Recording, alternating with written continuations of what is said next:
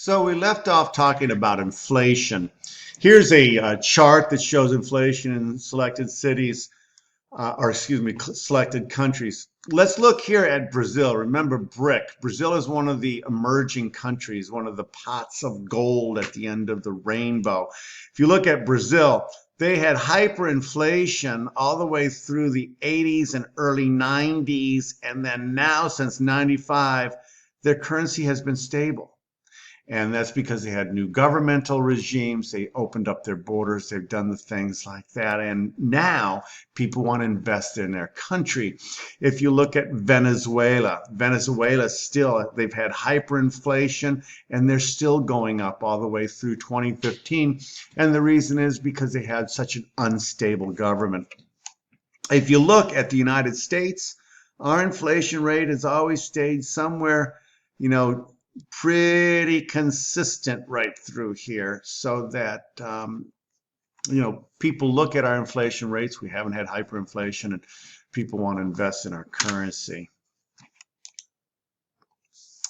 So factors that influence supply and demand for currency, I already talked about a lot of them.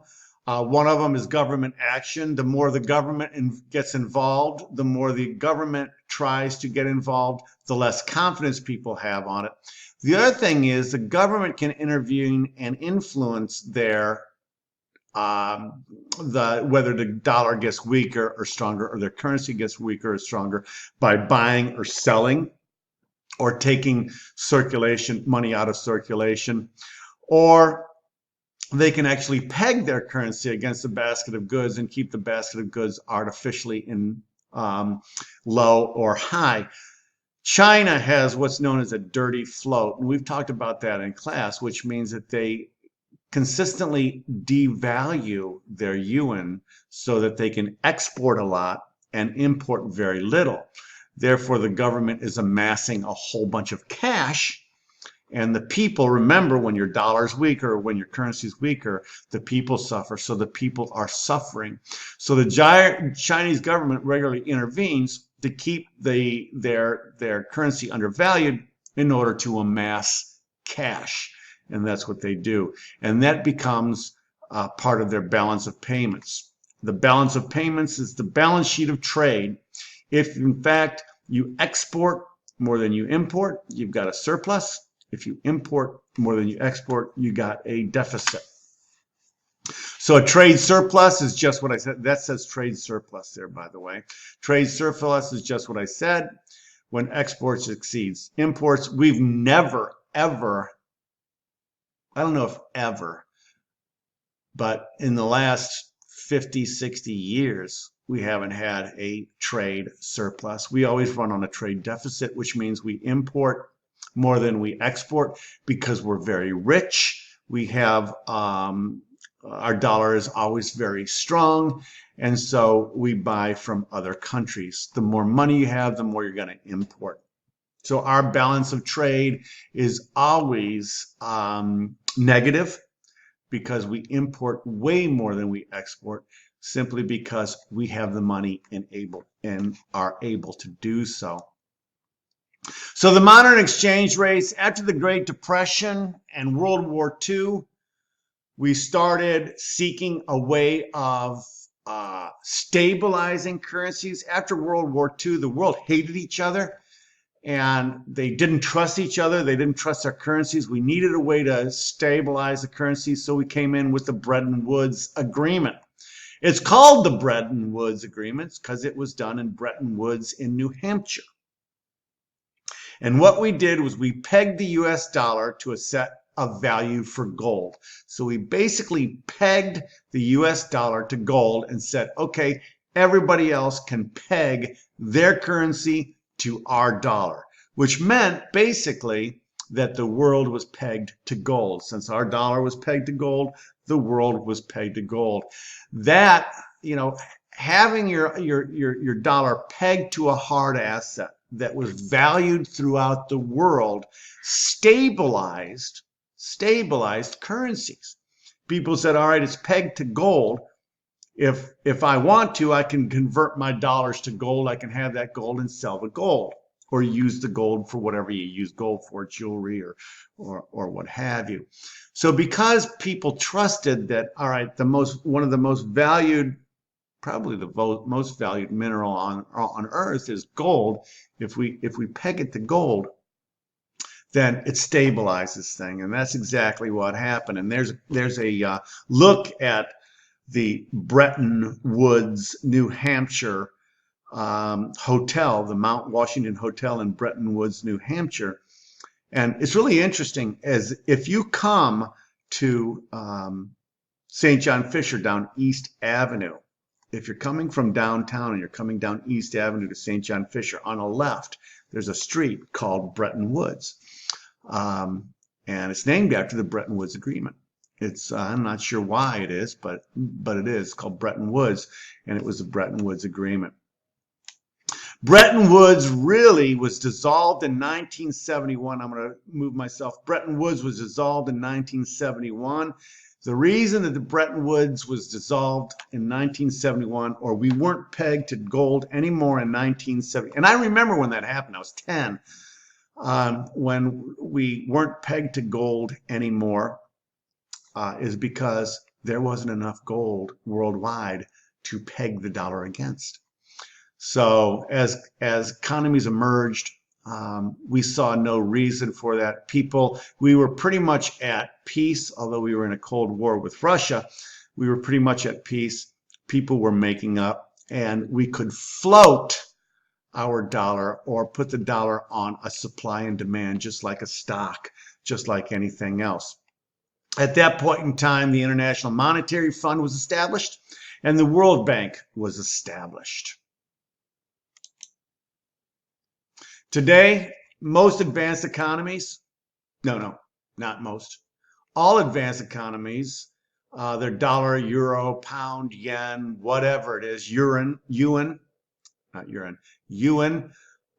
float on a supply and demand. Most emerging economies use fixed exchange rate, and they have to either peg it against the dollar or a basket of goods or a precious metal or something like that. I don't think China pegs its currencies to a basket of currencies anymore, though. They may, but I'm not sure whether they do or not. Someone could Google that and see. Some people peg their currency to the dollar. So the financial systems right now are fairly stable. The advanced economies float. The emerging economies either peg it, or some emerging economies float, and the developing economies either peg it against a basket of goods, or they peg it against the dollar. The global financial system is just that. It's the collection of all of the monetary systems out there. And it's like trying to understand the stock market. It's just almost impossible to do that. Stocks fluctuate, currencies fluctuate, speculators get involved. Look at what's happened over the last 3-4 weeks with this coronavirus thing. The whole world's gone crazy. The financial markets across the world are in disarray. All stock markets are down. All GDPs are down. Confidence in the world economy is down. Therefore, everybody's monetary system is down. But since it's pegged against everything else and it's all floating, they're all down together. It's just absolutely crazy. So growing integration of financial and monetary global activity is a good thing, and it's due to the evolution of financial governments, the evolution of opening up trade barriers, the evolution of WTO and the World Bank. It's increased global regional interdependence. You cannot close your border anymore. If you do, your people starve or they go without. And they wear old clothes, and they have clothes that aren't warm and things like that. And eventually, you're going to see 2 or 3 currencies, maybe the euro and the dollar and a couple of others, emerge as the world currency. The problem with not having your own currency, and we talked about this with the Brexit, we talked a lot about this in class, is the loss of sovereignty within your country. If you don't control your money, you don't control your economic system. If you don't control your economic system, you don't control your country. So key participants in a monetary financial system is the firm. You know, the more firms you have in a country like the United States, the better your GDP is going to be, the stronger your dollar is going to be. National stock exchange and stock markets. The New York Stock Exchange being, you know, the biggest. You've got the Tokyo Stock Exchange and you've got the Singapore Exchange and the London Exchange. You know, those are very stable exchange rates and that are key participants in the financial markets. Commercial banks are also key participants. Commercial banks speculate on monetary funds and availability. They also speculate on what's going on. The central bank, we talked about that, and the Bank of International Settlements. And debt. You know, the more debt someone has, the lower their GDP is. If you look at the United States, we have quite a bit of debt right now, although we have quite a bit of GDP. And the debt and GDP are all linked with regards to the financial markets. That concludes our financial and monetary world market. I hope you learned something. I know some of these concepts were really tough to do on a video lecture, but just remember those slides that if the dollar is strong or the dollar is weak. If the dollar is weak, we export and we don't import. If the dollar is strong, we import and we don't export. And the reasons for that. Also remember, if we're not importing, if the dollar is strong and we're not if the dollar is weak and we're not importing, then consumers lose. So if the dollar is weak and we're not importing, consumers lose. Please go back over those slides. If anybody has any questions, please email me. It's going to be covered heavily on the test. I tried to make it easy as I could, and we'll go from there. Until I see you again, take care, stay well, and be safe.